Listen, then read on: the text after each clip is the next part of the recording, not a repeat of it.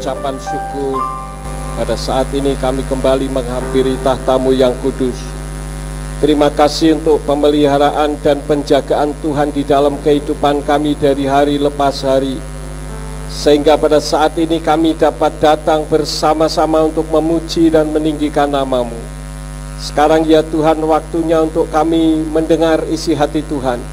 Mari Roh Kudus urapi hamba-Mu, urapi setiap kami yang mendengar firman-Mu dengan urapan yang sama, agar firman yang ditaburkan dapat kami pahami dan kami mengerti, sebagaimana Engkau memberikan pemahaman dan pengertian kepada hamba-Mu. Dan jika ada kuasa penguasa roh jahat di udara yang akan merebut kebenaran firman dari hati dan pikiran kami tolak dan kami patahkan di dalam nama Yeshua HaMashiach. Pergi ke keluar, tinggalkan tempat ini, tinggalkan setiap hati dan pikiran kami, karena hati dan pikiran kami hanya kami tujukan bagi kebenaran firman saja. Berfirmanlah Tuhan, karena hamba-Mu siap mendengarkannya. Tegur kami dan ajar kami supaya hidup kami semakin benar di hadapan-Mu. Demi nama Adonai Yeshua HaMashiach kami sudah berdoa dan mengucap syukur. Haleluya. Semua yang percaya katakan amin. Shalom aleichem. Puji Bapak Yahweh, Bapak Ibu Saudara sekalian, pada pagi hari ini saya akan membawakan firman yang saya beri judul menolak keselamatan atau menolak diselamatkan. Kalau melihat judul ini sepertinya mustahil, ada orang mau diselamatkan kok tidak mau, ya kan?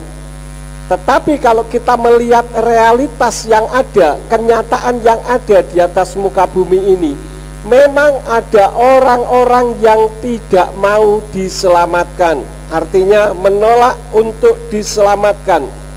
Kenapa? Kitab suci sudah mengajarkan kepada kita di dalam 2 Korintus pasal yang keempat ayat yang keempat.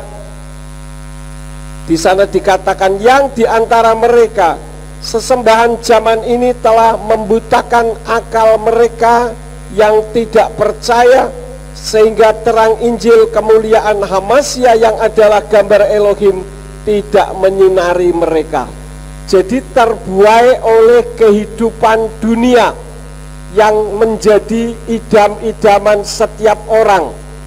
Tentu akhir zaman itu tidak lain adalah uang, jabatan, kedudukan, dan hal-hal yang duniawi sifatnya. Itu membuat orang jadi tidak peduli terhadap keselamatan. Nah, di dalam kitab suci ada perintah dari Bapa Yahweh ketika Yahweh akan membinasakan umat manusia, dan Yahweh memberi peringatan supaya orang mengikuti berita yang benar supaya diselamatkan. Untuk itu mari kita membuka di dalam kitab 1 Petrus pasal yang ketiga ayat yang ke-19 sampai ayat yang ke-20. Di sana dikatakan, dalam pada itu pula ketika pergi kepada roh-roh yang ada di dalam penjara, Dia, yaitu Yeshua, telah mengumumkan kepada yang dahulu tidak taat, ketika satu kali kesabaran Elohim menanti pada zaman Noah, dengan dipersiapkan sebuah bahtera yang ke dalamnya hanya sedikit, yaitu 8 jiwa yang telah diselamatkan dari air. Di sini kita melihat, saudara-saudara, pada zaman Noah pada saat itu. Sebelumnya saya bahas dulu ayat 19, dikatakan, dalam pada itu pula ketika pergi kepada roh-roh yang ada dalam penjara, Dia telah mengumumkan. Ini adalah situasi ketika Yeshua disalib. Yeshua mati, tetapi rohnya turun ke dunia orang mati untuk mengumumkan. Apa yang diumumkan? Yaitu Injil keselamatan. Tapi bukan berarti ketika disampaikan terjadi pertobatan. Tidak pernah ditulis dalam kitab suci. Beberapa tahun yang lalu kita pernah mendengar adanya penginjilan dunia orang mati, tapi sekarang sudah tidak ada lagi gemanya. Jadi orang mati diinjili supaya bertobat. Kalau seperti itu kita tidak usah pergi ke gereja, kita tidak usah hidup benar di hadapan Tuhan. Tunggu saja nanti kalau mati, saudara dan saya kita saling janjian. Nanti kalau saya mati, tolong diinjili ya. Nanti kalau saudara mati, saya yang menginjili. Enak saja kalau seperti itu, saudara-saudara. Dan tidak ada di dalam kitab suci. Yang ada adalah mengumumkan berita keselamatan. Maksudnya apa? Orang-orang yang ada, yang hidup pada zaman Noah pada saat itu, mereka adalah orang-orang yang tidak peduli dengan keselamatan. Mereka berpikir yang terpenting menjalani kehidupan ini dengan sesuai keinginan isi hatinya masing-masing. Dan kitab suci mencatat pada zaman Noah itu ada makan, minum, kawin, dan mengawinkan. Kejadian itu sama dengan kejadian pada saat ini, di mana orang memikirkan itu semuanya lebih daripada memikirkan tentang keselamatan. Makanya Yeshua turun, karena dalam dunia orang mati, walaupun mereka ada di dalam penjara, mereka tidak menyadari kalau mereka adalah hidup lagi. Artinya Yeshua memberitahu bahwa di balik kematian ada kehidupan. Itu berita Injil, berita kabar baik. Oleh karena itu bagi kita kematian bukan akhir dari segala-galanya, tetapi justru awal dari kehidupan kekal. Nah, di sini dikatakan ayat yang ke-20, kepada yang dahulu tidak taat ketika satu kali kesabaran Elohim menanti pada zaman Noah. Jadi Bapa Yahweh menanti orang-orang untuk dipertobatkan. Tentu saja yang memberitakan adalah Noah atau Nuh, memberitakan bahwa saudara-saudara, tidak lama lagi Yahweh akan membinasakan umat manusia dengan air bah. Karena itu bertobatlah, kira-kira demikian kalau direkonstruksikan. Tetapi orang-orang itu justru mentertawakan Noah. Kenapa? Karena Noah mulai membuat bahtera, membuat kapal, kira-kira begitu. Nah, orang kalau membuat kapal itu di gunung atau di pantai? Di pantai, tapi tempat di mana Noah tinggal ini tempatnya tinggi. Jadi mereka mentertawakan Noah ini stres. Masa bikin kapal kok di gunung? Bagaimana membawanya ke laut? Kira-kira seperti itu. Sehingga berita keselamatan yang disampaikan oleh Noah dianggap berita sensasi, berita bohong, berita yang tidak mengandung arti, sehingga mereka semua tidak peduli. Dan disebutkan di dalam kitab ini hanya 8 jiwa yang telah diselamatkan dari air. Mengerikan sekali, saudara-saudara. Nah, yang menjadi pertanyaannya, Yahweh menanti dengan sabar. Berapa lama Yahweh menanti dengan sabar untuk menyelamatkan orang-orang zaman Noah? Saya tanya kepada saudara, termasuk saudara yang ada di YouTube. Kira-kira menurut saudara berapa lama Noah berbicara dan Yahweh menanti dengan sabar untuk mereka bertobat? Mungkin yang di YouTube saudara bisa memikir di dalam pikiran saudara sekian tahun, kira-kira seperti itu. Menurut saudara berapa tahun? 100 tahun?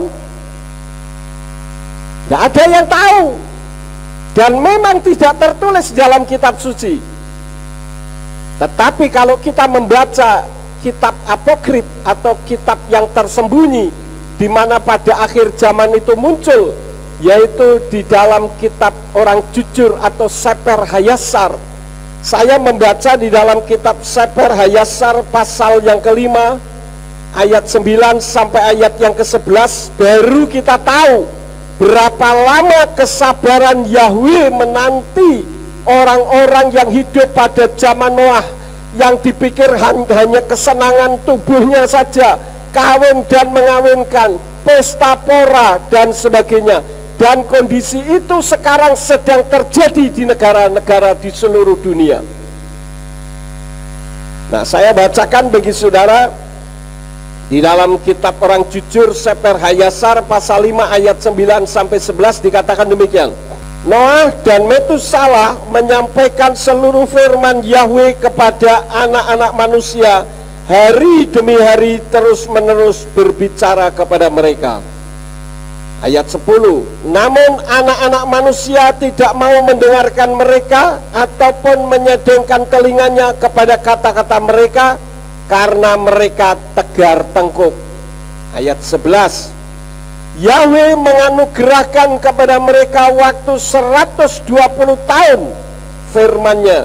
Jika mereka kembali, maka Elohim akan menyesal dari malapetaka ini, sehingga tidak akan menghancurkan bumi. Berapa tahun Yahweh sabar menunggu, saudara-saudara? Halo? 120 tahun lamanya. Cukup lama, saudara-saudara. Nah, yang menjadi pertanyaannya, kenapa kok 120 tahun? Kenapa enggak 200 tahun? Lebih sabar lagi, saudara-saudara. Nah, kita melihat ayatnya di dalam kitab Ulangan pasal yang ke-34 ayat yang ke-7. Dan Mose berumur 120 tahun ketika dia mati, matanya belum rabun dan kekuatannya belum hilang. Kenapa 120 tahun adalah satu dekade masa kehidupan manusia pada zaman itu, diperkirakan sekitar 120 tahun. Yang menarik adalah di dalam kitab Sefer Hayasar tadi, pada ayat yang ke-11 dikatakan Yahweh menganugerahkan ayat 9, maaf, Noah dan Metusalah menyampaikan seluruh firman Yahweh kepada anak-anak manusia, hari demi hari terus menerus. Bayangkan 120 tahun lamanya Noah memberitakan bahwa manusia akan dibinasakan dengan air bah. 120 tahun dan tidak setiap minggu. Tetapi kapan, saudara-saudara? Setiap hari, dari hari lepas hari. Saya ketika membaca ini berpikir, kenapa ya sejak tahun 2001 Tuhan taruh di dalam hati saya untuk memberitakan nama Bapa Yahweh dari hari ke hari sampai detik ini dan sampai akhir hidup saya. Ada orang yang mengatakan kepada temannya untuk memberitahu kepada saya, Pak Yakub, kenapa khotbahnya selalu soal nama melulu? Saya sendiri juga tidak tahu. Itulah yang Tuhan taruh di dalam hati saya. Padahal baru berapa tahun, saudara-saudara? 20 tahun. Noah berapa tahun? 120 tahun. Jadi masih kurang berapa tahun? 100 tahun, saudara-saudara. Saya bilang, saya tidak peduli orang mau bosan atau tidak, karena motivasi saya bukan semua saudara yang ada di tempat ini, tetapi seluruh dunia, bukan hanya di Ambarawa dan di seluruh Indonesia, tetapi di seluruh dunia karena melalui internet. Jadi wajar kalau situasi yang Tuhan taruh di dalam hati saya sama dengan situasi yang terjadi pada zaman Noah. Apalagi standar kehidupan manusia sekarang ini seperti apa yang ditulis oleh Mose. Kita membuka di dalam kitab Mazmur pasal yang ke-90. Ini Mazmur Mose, Mazmurnya Musa. Mazmur pasal 90 ayat yang ke-10 Umur kami 70 tahun, dan jika masih ada kekuatan 80 tahun, tetapi kebanggaannya adalah susah payah dan kesia-siaan. Karena itu segera berlalu dan kami melayang lenyap. Jadi standar manusia karena banyaknya dosa, berapa tahun saudara? 70 tahun. Jadi kalau lebih 70 tahun saudara, itu bonus yang Tuhan berikan. Kalau saudara yang bisa berusia lebih 70 tahun, lebih dekatkan diri saudara kepada Tuhan, supaya ketika Tuhan panggil sewaktu-waktu, tidak masalah. Tetapi saya melihat di negara ini, orang semakin tua bukan semakin bertobat, tapi semakin nyinyir mulutnya, khususnya terhadap pemerintah yang betul-betul membangun dan membuat negara ini menjadi negara yang besar. Kenapa? Karena mereka tidak tahu firman. Mereka merasa semakin tua semakin menjadi tua keladi, merasa lebih senior, lebih hebat. Ya betul, tapi kalau dalam posisi yang positif. Kalau pekerjaannya negatif, menyinyir saja, itu jelas perbuatan tercela, yang tidak tahu diri kalau dirinya sebentar lagi mati karena sudah bau tanah istilahnya. Hati-hati saudara-saudara. Tapi bukan berarti saya masih muda, saya baru 16 tahun, masih jauh dari kematian. Kita tidak bisa mengukur, karena tidak ada satu manusia pun yang tahu kapan dipanggil Tuhan. Betul saudara-saudara? Nah, pada saat itu manusia tidak peduli dengan tawaran keselamatan dari Yahweh, karena sibuk dengan kesibukannya masing-masing dengan kawin dan mengawinkan, makan pesta pora dan kehidupan duniawi, seperti yang tertulis tadi di dalam kitab 2 Korintus pasal 4 ayat yang keempat. Apa sih yang dikejar manusia pada akhir zaman ini? Uang. Orang berpikir dengan uang saya menjadi raja, saya bisa hidup nyaman. Tetapi kenyataannya berapa banyak orang-orang kaya yang memiliki banyak uang bergudang-gudang, hidupnya tidak nyaman, bahkan kalau malam sulit menutup mata. Sementara orang yang hidupnya sejahtera, hatinya damai, gampang saja untuk beristirahat. Kuncinya adalah kedamaian di dalam hati. Dan kalau di tanah Jawa ini istilahnya nerimo ing pandum, dalam kapasitas yang positif, bukan yang negatif. Nerimo apa adanya, nggak ngoyo, tidak tergesa-gesa supaya menjadi kaya. Kitab suci katakan, kalau engkau ingin menjadi kaya, urungkan niatmu itu.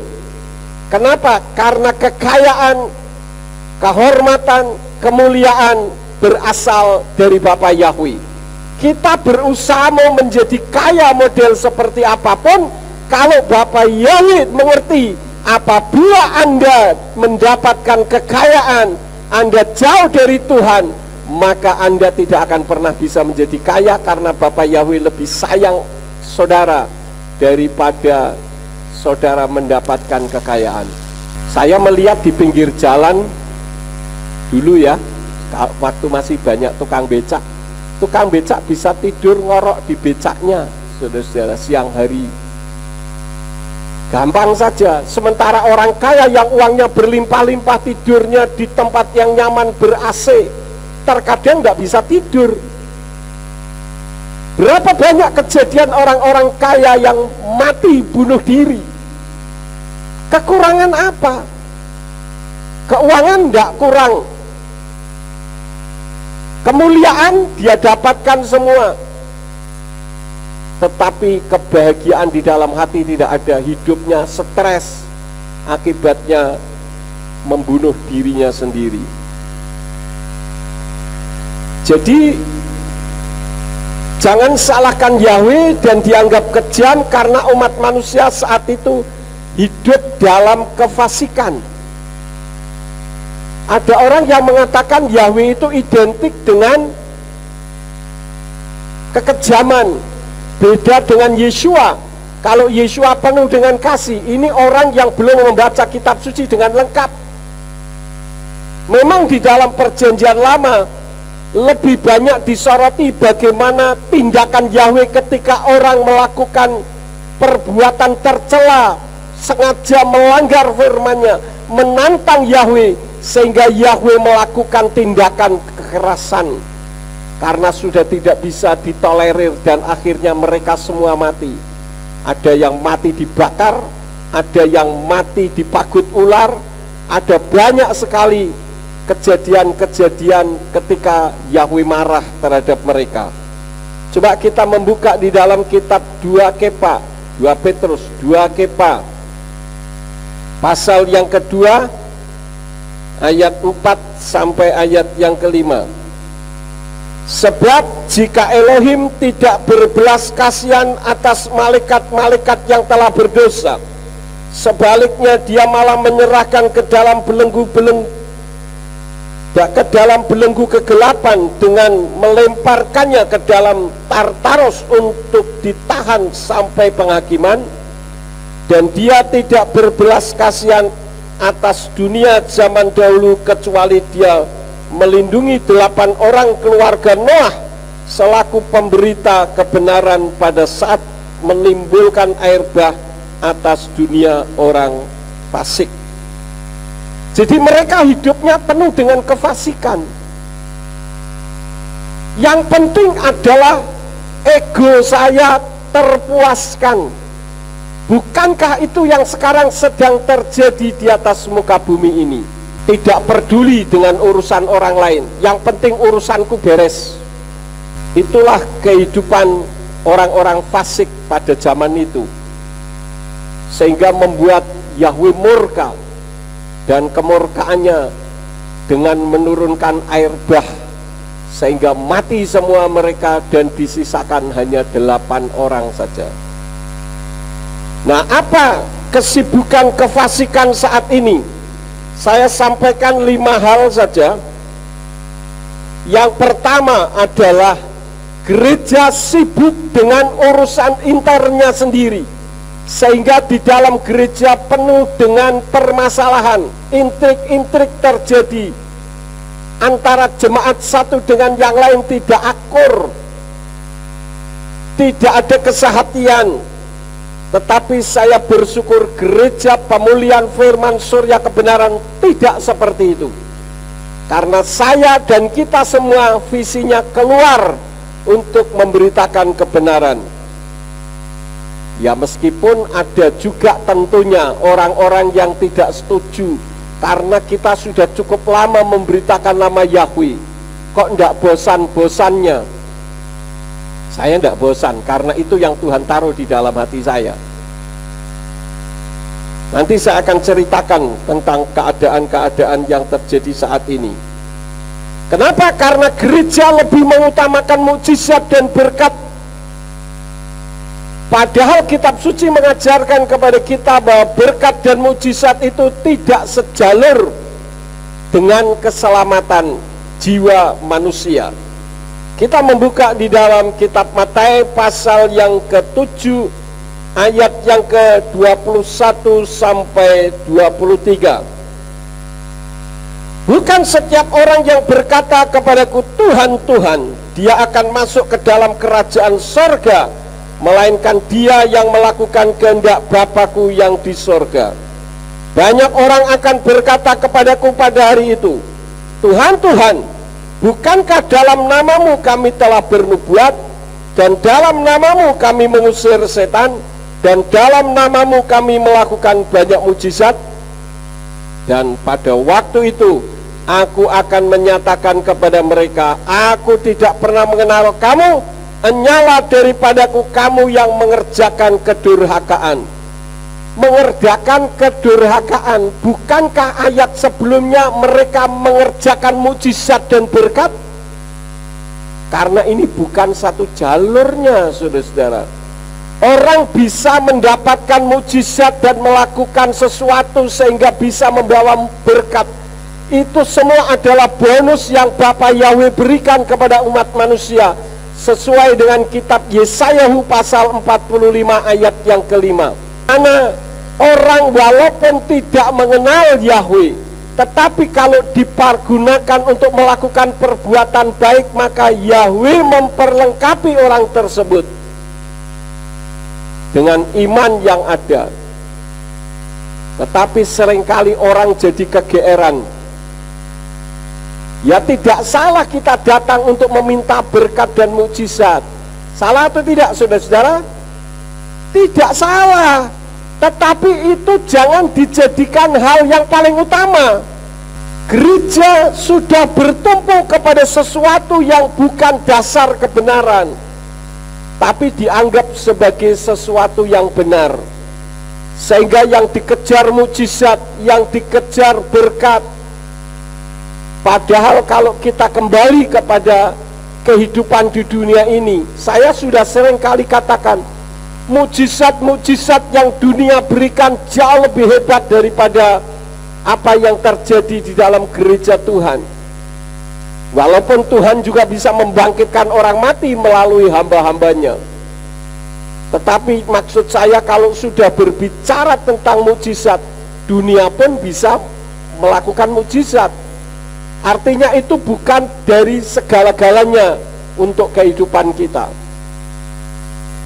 Yang terpenting adalah keselamatan. Tetapi orang tidak memikirkan itu. Orang tidak memikirkan keselamatan. Yang dipikirkan adalah sesuatu yang mengenakkan. Maka ketika datang ke gereja untuk mendapatkan mukjizat, ketika mendapatkan mukjizat, maka akhirnya meninggalkan Tuhan. Kenapa? Karena sudah dapat mukjizat, sudah didapat, untuk apa lagi? Sudah cukup.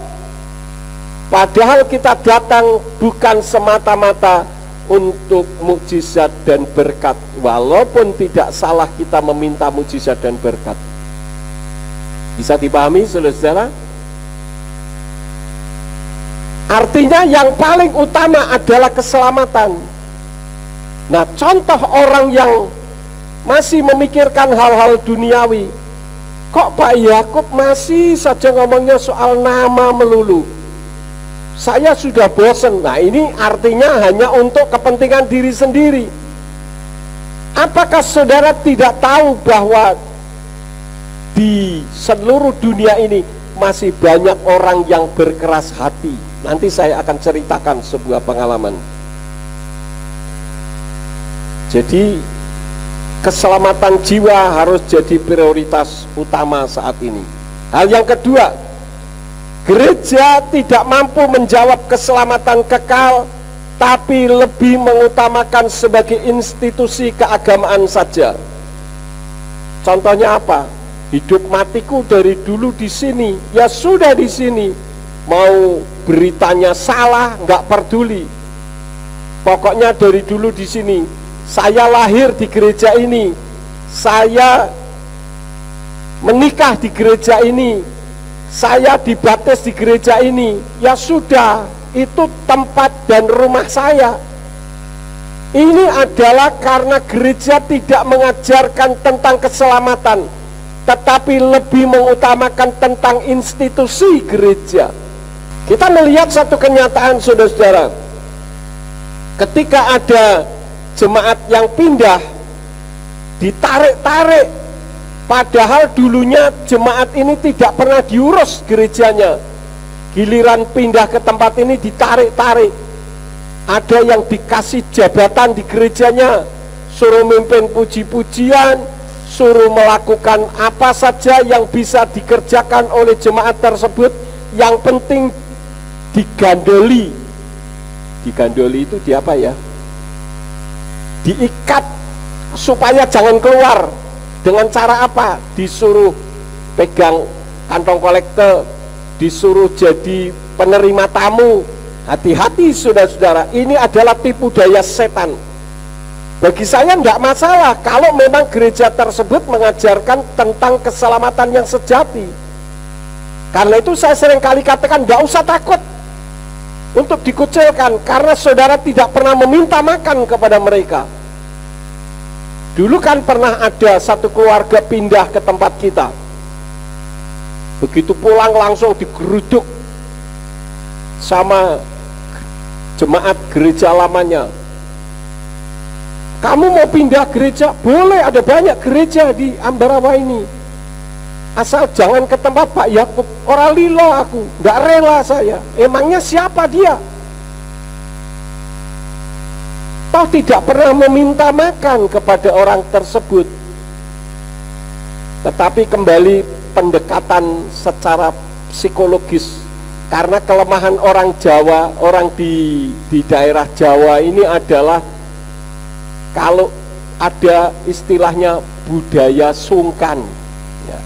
Budaya sungkan ini menjadi budaya yang sebetulnya baik tetapi juga melemahkan, dan itu bisa dipakai oleh kuasa kegelapan untuk menyerang kehidupan orang tersebut. Dibuat sungkan, tiap hari didatengin supaya sungkan sehingga tidak lagi ke gereja ini. Bagi saya tidak masalah, karena gereja ini tidak menyelamatkan. Ini salah satu contoh, saudara-saudara. Jadi dibuat institusi menjadi segala-galanya. Ini mengerikan sekali gereja yang seperti ini. Saya pernah ceritakan kepada saudara, dulu waktu saya pulang dari Amerika, baru 2 atau 3 hari saya lupa, saya ditelepon oleh salah satu pendeta di Ambarawa. Pak Yakub, kenapa Pak Yakub mencuri domba saya? Kaget saya, loh domba yang mana ya? Saya baru pulang dari Amerika, saya di Amerika 1 bulan. Belum ketemu ada jemaat baru. Kok sudah dikatakan saya mencuri domba? Saya bilang domba yang mana? Dia sebutkan si A. Saya bilang saya belum pernah lihat loh, karena saya baru pulang. Jangan gitu dong Pak. Kalau mau cari jiwa jangan mencuri. Wah, langsung bludak saya, saudara-saudara. Darah saya mendidih. Saya bilang, Pak, kalau Bapak mengakui orang itu adalah domba Bapak ke tempat saya dan makan firman di tempat saya, Bapak yang seharusnya bayar kepada saya. Karena domba Bapak makan makanan rohani di tempat saya tidak bayar. Saya sampai ngomong keras, saudara-saudara. Kenapa? Karena saya tidak berbicara tentang institusi. Karena itu ada banyak orang yang dibaptis di tempat ini, cukup, tidak masalah. Mau ibadah di mana saja, yang penting di tempat yang benar, di mana Bapak Yahweh diberitakan di situ. It's okay. Saya tidak gadoli. Kenapa? Karena jemaat adalah biji mata Tuhan dan miliknya Tuhan, bukan milik saya. Apa yang saya lakukan adalah saya melayani dengan sebaik mungkin, semaksimal mungkin, seserius mungkin, supaya saudara dipuaskan ketika pulang. Yang mencari firman. Kalau yang tidak mencari firman, kok lagi-lagi soal nama melulu. Jadi Bapak Ibu Saudara sekalian, jangan sampai kita diperdaya oleh institusi, karena institusi tidak menyelamatkan. Itu hal yang kedua. Yang ketiga, bergesernya pelayanan jadi pekerjaan. Banyak orang yang lebih taat kepada atasan atau sinode organisasi daripada taat kepada firman Elohim. Karena itu yang saya selalu memberikan contoh kepada saudara, taatilah firman lebih dari segala-galanya. Kita membuka di dalam Kisah Rasul pasal yang kelima. Kisah Rasul pasal yang kelima, ayat yang ke-29. Dan sambil menanggapi, Kepa dan para rasul berkata, seharusnya lah taat kepada Elohim daripada kepada manusia. Ini adalah saat di mana para rasul ditangkap untuk diintimidasi dan diancam supaya jangan memberitakan nama Yeshua. Tapi apa yang dikatakan para rasul? Kalau direkonstruksikan mengatakan lebih baik bagiku taat kepada Elohim lebih daripada taat kepada manusia. Lebih taat kepada Anda, kira-kira seperti itu. Saya lebih taat kepada Elohim daripada mentaati Anda yang melarang-larang kami. Kira-kira seperti itu, saudara-saudara. Nah, kenapa orang tidak mau? Karena sudah bergeser. Para pemimpin-pemimpin rohani sudah memahami tentang kebenaran, tetapi mereka tidak berani. Dan saya akan terus untuk memberitakan dari hari ke hari, seperti Noah ketika memberitakan bahwa air bah akan menenggelamkan mereka semua. Jadi jangan taat dengan landasan terhadap organisasi gereja atau sinode, tapi terhadap firman. Tadi malam Om Pen telepon saya, kami ngobrol, saudara-saudara. Om Pen cerita dia menegur seseorang dengan inisial GP. Dia bilang, saya gregetan, Dad, mendengar Dedi dijelek-jelekkan dan khotbahnya tentang refleksi yang saya katakan orang yang mengenal Yahweh tetapi tidak berani mengajarkan itu orang yang kurang ajar. Langsung dipotong di situ, digoreng-goreng. Kemudian nantang-nantang khotbah untuk apa? Debat, nantang-nantang debat, saudara-saudara. Om Pen bilang, Pak Yakub nggak akan ngurusin kalian karena kalian ini tidak berpendidikan. Saya kenal kok si ini si itu. Jadi omongannya itu kasar, saudara-saudara. Kenapa sih setiap kali saya membawakan firman selalu di judulnya ditulis Dr. STHMA? Itu sebetulnya tidak ada artinya untuk saya. Tetapi ada sejarahnya kenapa itu semua harus ditempel-tempelkan. Dan saya sekolah bukan 1 tahun STH, 2 tahun MTH, 3 tahun atau 3 bulan bahkan doktor. Enggak, saudara-saudara. Dulu awalnya ketika ada orang yang menyerang tentang Yahweh, saya bikin tulisan, tetapi dicela. Wah, ini orang yang menulis ini pengecut, tidak berani menunjukkan jati dirinya. Saya sanggah lagi dan saya beri nama. Masih disanggah lagi. Oh, pantes nggak punya titel, jadi hanya nama doang. Makanya disebut penyembah Yahweh itu kaum kurang cerdas katanya. Ya terpaksa saya mencantumkan titelnya, dan titelnya pun bisa dipertanggungjawabkan. Kemarin pada saat ada diskusi panel, ada seseorang yang mau nantang saya. Pak Yakub, ini si A mau nantang Bapak. Saya bilang boleh, silakan. Tapi ini adalah kegiatan rektorat untuk perkuliahan. Orang ini belajarnya di mana? Titelnya apa? Saya bilang, loh kenapa Pak Yakub nanya itu? Ya nanti kan disampaikan kurikulum vitae-nya. Kalau S3 enggak apa-apa, saya daftarkan untuk jadi rival saya. Langsung hilang, saudara-saudara. Artinya apa? Kalau ibarat tinju, itu tinju jalanan yang ada ilmu angin puting beliung, pokoknya asal mukul begitu, enggak pakai teknik. Jadi memalukan sekali. Nanti saya akan sampaikan yang lain. Jadi menggoreng yang saya katakan kurang ngajar, dipotong lalu ngajak-ngajak debat. Saya bilang, waduh, saya mau diskusi walaupun orang itu tidak punya titel sekalipun, jawab 2 pertanyaan saya. Menurut Anda, Yahweh itu setan atau Tuhan? Itu pertanyaan saya yang pertama. Yang kedua, dengan otoritas siapa Anda mengganti nama Yahweh menjadi nama yang lain? Jawab dulu. Kalau mereka menjawabnya Yahweh itu Tuhan, kenapa tidak melakukan firman-Nya? Tapi nggak mungkin dia menjawab Tuhan. Pasti muter-muter, menurut inskripsi, menurut itu, menurut ini. Lah menurut firman-Nya kapan? Jawab ini. Ini kan sesuatu yang nggak masuk akal, saudara-saudara. Mau nantang saya, diberi 2 pertanyaan saja nggak mau jawab. Kalau dibilang setan, berarti belum pernah membaca firman sampai akhir, dan membacanya sambil tidur mungkin. Padahal kalau membaca di kamus saja ada tulisan Tuhan huruf besar semua adalah sesembahannya orang Israel, yaitu Yahweh. 2 pertanyaan ini saja sulit sekali menjawabnya, muter, nggak karu-karuan, orang dibikin bingung. Ketika Yesayahu pasal 42 ayat yang ke-8 mengatakan, Ani Yahweh Husmi, aku Yahweh itu namaku. itu tidak bicara soal nama. Loh, piye toh? Aku Yahweh itu namaku.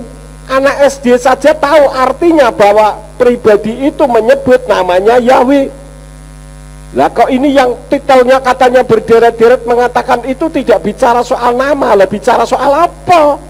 Ini semua karena sudah dipelintir oleh kuasa setan. Dan setan memakai para teolog yang karbitan.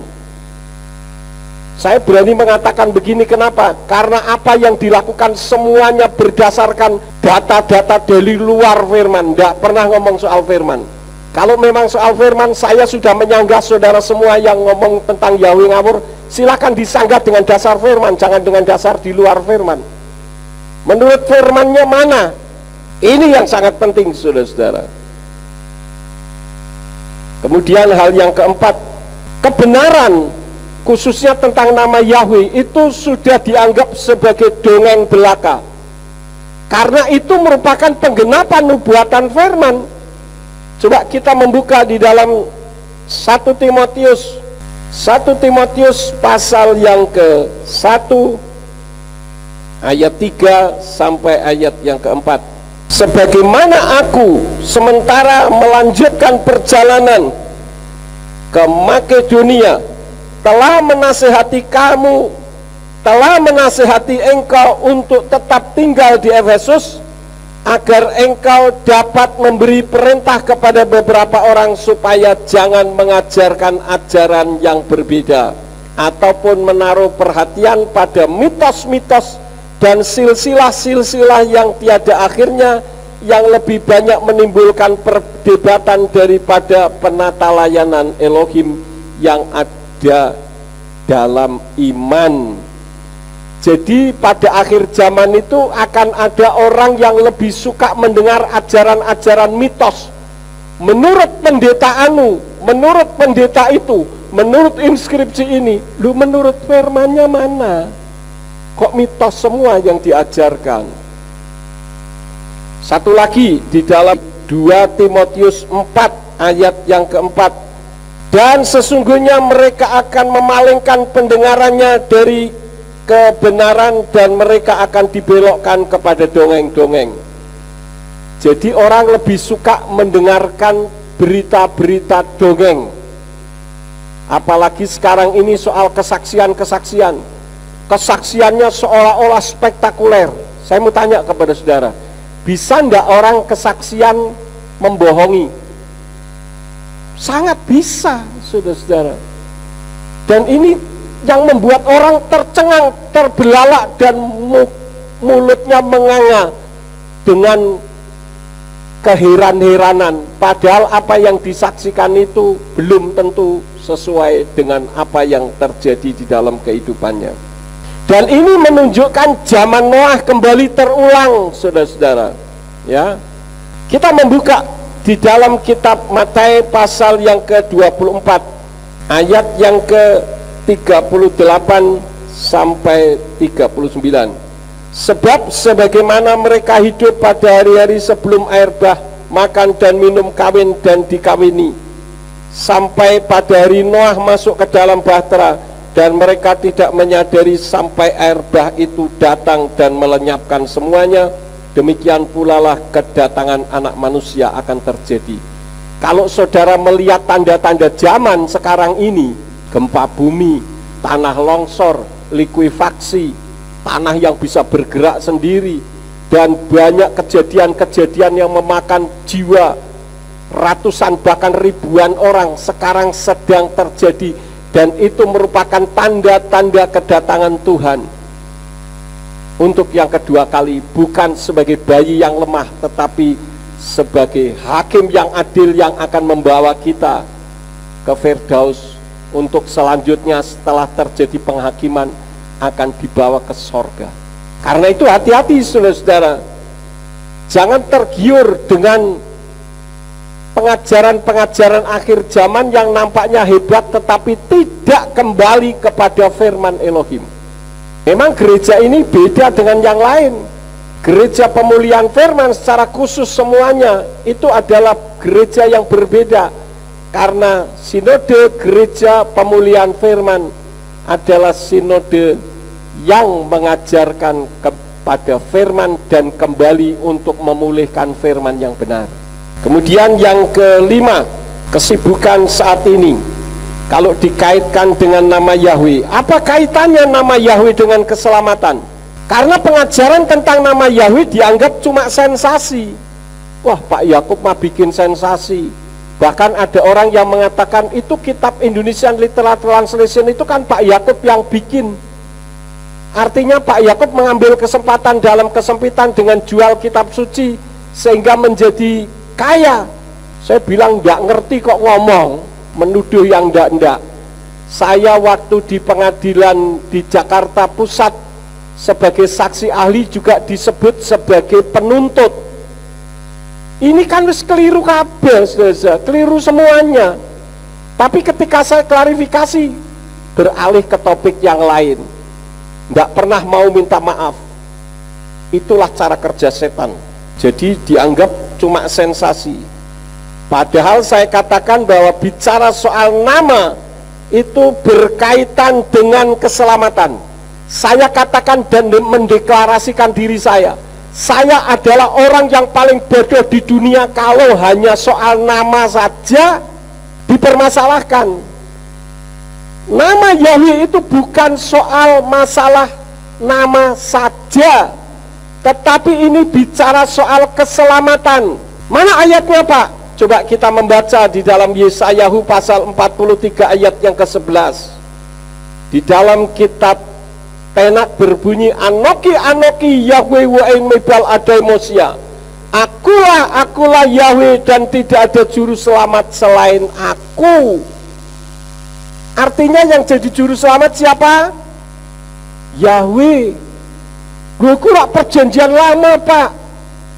Mana buktinya perjanjian baru? Kita lihat lagi di dalam kitab Roma pasal yang ke-10 ayat yang ke-13. Di sana di dalam kitab Brit Kadasa atau perjanjian baru dalam bahasa Ibrani berbunyi, Kikol Asyer Yikra Vesem Yahweh Yimalet. Sebab setiap orang yang berseru kepada nama Yahweh dia akan diselamatkan. Loh, kok Yahweh bukan Yeshua? Nanti kita akan sampai ke sana. Tetapi jangan selalu mempersalahkan terus. Tidak ada benarnya rasanya. Seperti dulu tentang kasus vaksin. Saya tidak akan bicara soal vaksin, tetapi saya bicara tentang bagaimana mempersalahkannya. Vaksin itu begini begitu. Coba kalau memang vaksin itu benar, presiden harus yang pertama divaksin. Divaksin sudah cetot. Diteliti itu betul-betul ada isinya atau kosong. Kan di video saudara-saudara ada. Oh, itu vaksinnya beda dengan yang lain. Orang tahu benar saudara-saudara. Nggak ada benernya. Dan itu yang sedang terjadi terhadap gereja penyembah Yahweh. Karena itu saya katakan saya kagum kepada saudara yang ada di tempat ini hari ini. Kenapa? Karena saudara tidak peduli dengan dibully orang. Saya pun tidak peduli dibully orang. Saya bukannya dibully, difitnah, bahkan diancam. Kemarin saya sudah beritahu tentang ancaman, ya. Ada ancaman yang sangat mengerikan yang tidak saya ceritakan kepada keluarga. Saya pendam sendiri dan saya katakan saya tunggu kedatangannya. Saya datang bersama dengan Bapak Yahweh. Maka dari itu kalau saya katakan nyawa saya jadi taruhannya, itu bukan karena mengada-ada. Saya tidak pernah takut saudara-saudara, mati masuk surga saja kok pusing. Tapi kalau Tuhan masih izinkan untuk saya melayani untuk kemuliaan Tuhan. Nah saudara baru dibully terkadang, malu saya ke tempat Pak Yakub. Nanti pakai pakaian yang nggak bagus sajalah. Alkitabnya dibungkus pakai koran. Nanti kalau sudah sampai gerejanya Pak Yakub baru ganti pakaian di kamar mandi, kan ada banyak.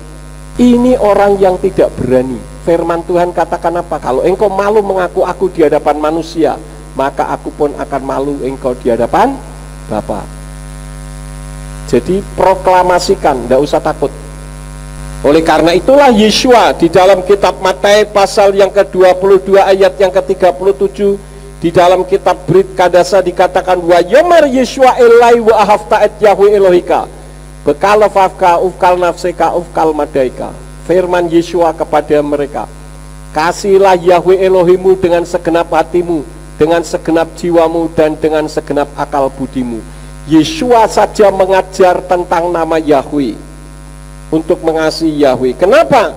Karena Yeshua itu Yahweh.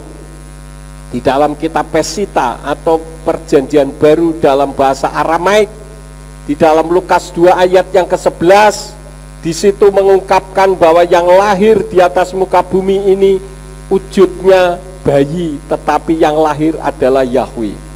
Kemudian di dalam 1 Korintus 12 ayat yang ketiga dari kitab berbahasa Inggris Hebraic Roots Version yang mengatakan bahwa orang mengaku Yeshua itu Yahweh hanya kalau karena Ruach HaKodes.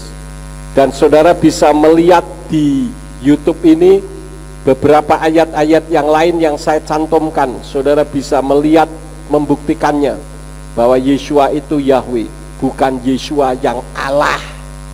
Beda, saudara-saudara. Yeshua itu bukan Allah, tetapi Yeshua adalah Yahweh. Jadi kalau kita mau masuk ke sorga, ya masuk sorganya Yahweh. Kita membuka beberapa ayat bahwa sorga itu miliknya Yahweh. Kita membuka di dalam 1 Raja-Raja, 1 Raja-Raja pasal yang ke-8. Saudara, kita lihat ada banyak sekali ayatnya. 1 Raja-Raja 8 ayat yang ke-30.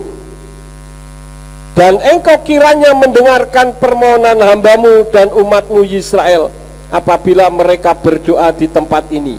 Ya, engkau akan mendengar di tempat kediamanmu. Di mana, saudara? Di sorga. Dan engkau akan mendengar dan akan mengampuni. Kita lihat lagi ayat yang ke-39.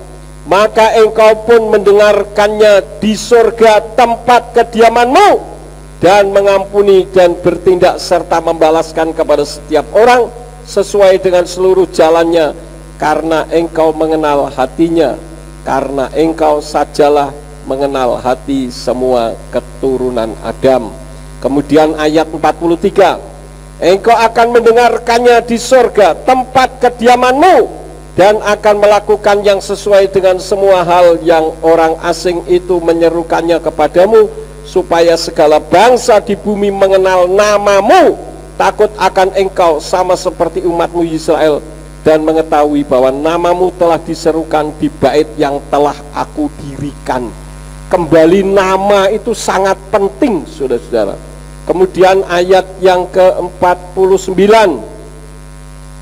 maka engkau kiranya mendengar doa dan permohonan mereka di sorga tempat kediamanmu, dan memberikan keadilan kepada mereka.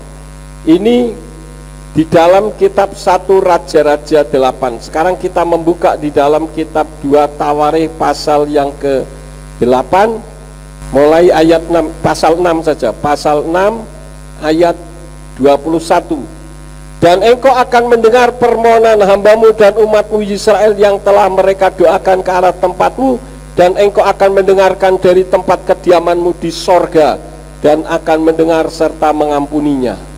Kemudian ayat 30, ayat 33, ayat yang ke-39, dan masih banyak lagi yang lain yang mengungkapkan bahwa Yahweh itu tempatnya di sorga.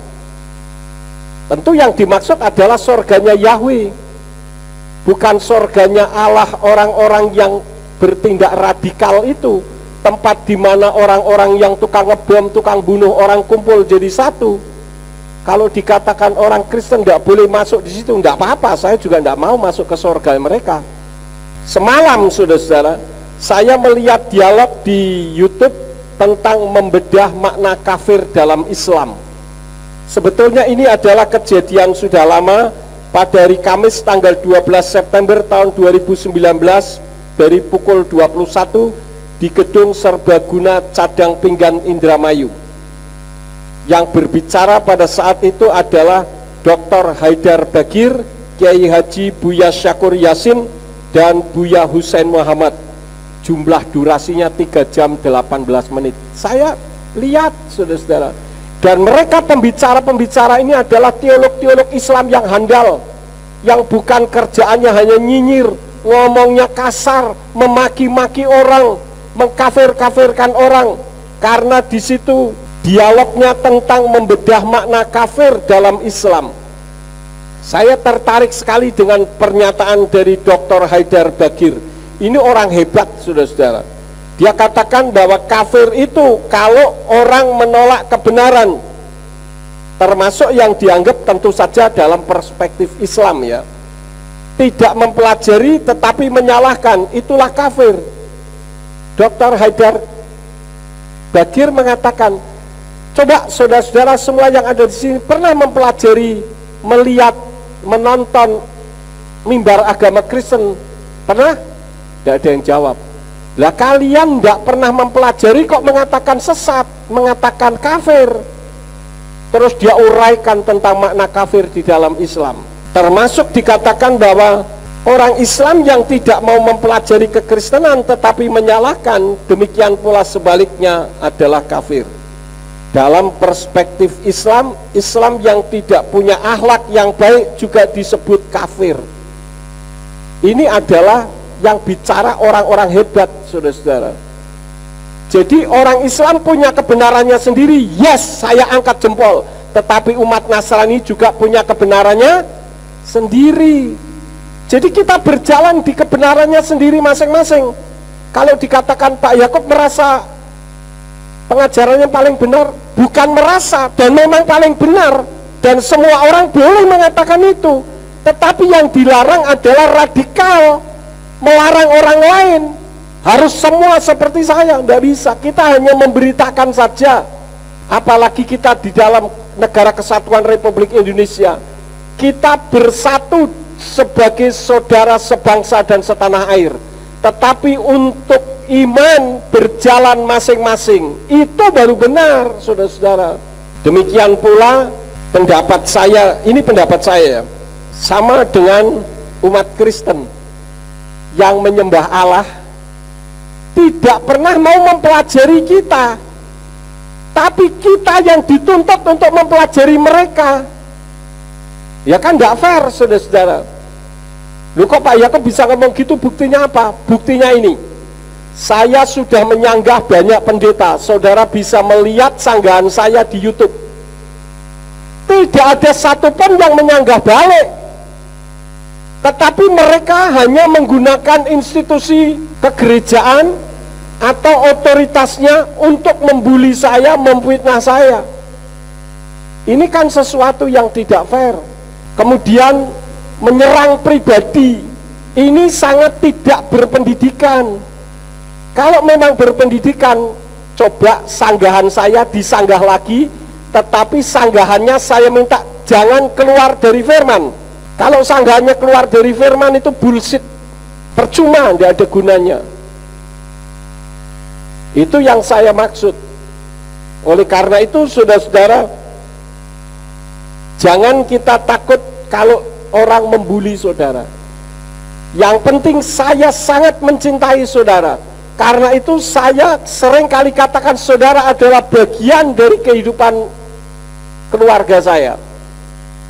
Karena kalau saya jadi pendeta tidak ada jemaat, bukan pendeta namanya.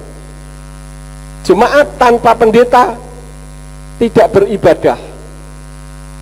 Karena harus ada pembimbing yang benar. Kalau enggak nanti nabrak sana, nabrak sini. Saya mengasihi saudara, saya mengajarkan kebenaran apa yang Tuhan taruh di dalam pikiran dan hati saya. Dengan serius. Yang dimaksud dengan serius di sini, saya menyampaikan firman itu dengan persiapan yang matang, bukan persiapan asal-asalan. Tetapi yang seringkali terjadi karena ini kehidupan akhir zaman, kejadian seperti pada zaman Noah terjadi sampai sekarang. Nggak peduli mau Yahweh-Yahwehan kayak silakan sana. Bahkan Om Pen semalam katakan menghina dengan mengatakan Yahweisme. Ya sebetulnya sih tidak masalah, Yahweisme itu adalah kepercayaan terhadap Yahweh, tetapi itu mengandung tendensi ngejek. Kalau saya katakan mereka itu alahisme bagaimana? Sama toh? Kalau kita dikatakan sesat karena kita tidak sama dengan mereka, saya pun bisa ngomong yang sama. Anda sesat karena tidak sama dengan saya. Kan begitu. Dasarnya bukan pemahaman pribadi, dasarnya adalah firman Elohim itu. Dan saya tidak pernah mengajarkan sesuatu yang keluar dari firman. Kalau tentang masalah Seper Hayasar, ada tidak di dalam kitab suci? Ada. Kitab suci mencatat tentang kitab orang jujur. Ada di mana itu? Coba saya lihat sebentar ya. Ya, di dalam Yosua pasal berapa? Yosua pasal 10 ayat 13. Sudah bisa dibuka? Yehosua pasal 10 ayat 13. Kita baca saja bersama-sama ya. Ya, sekarang kita ucapkan dengan suara yang keras. Perhatikan capture di depan. Siap? 2, 3. Dan diamlah matahari dan bulan pun diam, sampai bangsa itu selesai membalaskan dendamnya atas musuh-musuhnya. Bukankah hal itu tertulis di dalam kitab orang jujur? Ya, matahari diam di tengah-tengah laut dan tidak cepat-cepat terbenam untuk sehari penuh. Jadi kitab orang jujur tertulis dalam kitab suci tidak? Tertulis, tetapi tidak termasuk di dalamnya. Kenapa? Karena belum sempat terkanonisasi, atau pada saat dulu mengumpul-ngumpulkan ini belum ditemukan. Dan di dalam kitab Seper Hayasar melengkapi apa yang tertulis dalam kitab suci, bagaimana Yahweh menanti dengan sabar. Berapa lama sabaran Yahweh? 120 tahun. Cukup sabar enggak saudara-saudara? Sangat sabar. Tapi yang disabari enggak tahu diri. Apakah salah kalau Yahweh kemudian menenggelamkan mereka? Enggak salah. Mau seenak-enaknya sendiri ngatur Tuhan. Bukankah sekarang banyak orang ngatur Tuhan? Enggak usah ngomong soal Yahweh. Yahweh tahu isi hati saya. Ya, Yahweh suruh tahu isi hatimu, tapi kamu tahu nggak isi hati Tuhan? Kalau namanya diganti-ganti, sedangkan firman Tuhan katakan jangan menyebut namanya dengan sembarangan atau dengan seenaknya sendiri. Menyebut dengan seenaknya sendiri saja jangan, apalagi mengganti-ganti dengan sembarangan. Ada banyak video di YouTube saya tentang nama Yahweh, silahkan dipelajari. Ini saja yang saya sampaikan kepada saudara. Kita adalah orang-orang yang beruntung karena saudara adalah orang yang menerima keselamatan, bukan menolak diselamatkan. Amin buat firman Tuhan. Kalau sebentar kami akan meninggalkan tempat ini, kirim malaikat untuk menjaga melindungi kami tibakan di rumah dengan selamat. Dan apabila sesampainya di rumah, kami melakukan aktivitas dalam kehidupan kami, apa saja yang diusahakan, yang dikerjakan, yang tidak bertentangan dengan firman-Mu, dibuatnyalah oleh Engkau berhasil, supaya dengan keberhasilan itu dapat dikembalikan lagi guna hormat dan kemuliaan bagi nama Tuhan. Semua yang sudah ambil bagian di dalam pelayanan pada hari ini, Engkau pakai mereka semakin hari semakin heran. Terima kasih Bapa, sekarang berkatilah kami karena kami siap menerima berkat daripada-Mu. Mari kita angkat kedua belah tangan kita untuk menerima berkat Yahweh. Yifarka Yahweh Yesus mereka. Yahweh memberkati engkau dan memelihara engkau. Yair Yahweh panah oleh kami kuneka. Yahweh menyinari engkau dengan wajahnya dan memberi engkau anugerah. Yisa Yahweh panah oleh kami Yashem leka shalom. Yahweh menghadapkan wajahnya kepadamu dan memberi engkau damai sejahtera. Diberkatilah engkau di kota dan diberkatilah engkau di ladang. Diberkatilah buah kandunganmu, hasil bumimu dan hasil ternakmu, yakni anak lembu sapimu dan kandungan kambing dombamu. Diberkatilah bakulmu dan tempat adonanmu. Diberkatilah engkau pada waktu masuk dan diberkatilah engkau pada waktu keluar. Sekarang pulanglah dan terimalah berkat. Kasih Bapa Yahweh Sang Pencipta, kasih karunia Adonai Yesus Hamasyah Sang Pembeli jiwa, dan Ruach HaKodes menyertai saudara sekalian sampai Maranatha. Adonai Yesus Hamasyah datang kembali untuk yang kedua kali dan mengangkat kita semua. Haleluya. Abi Beda.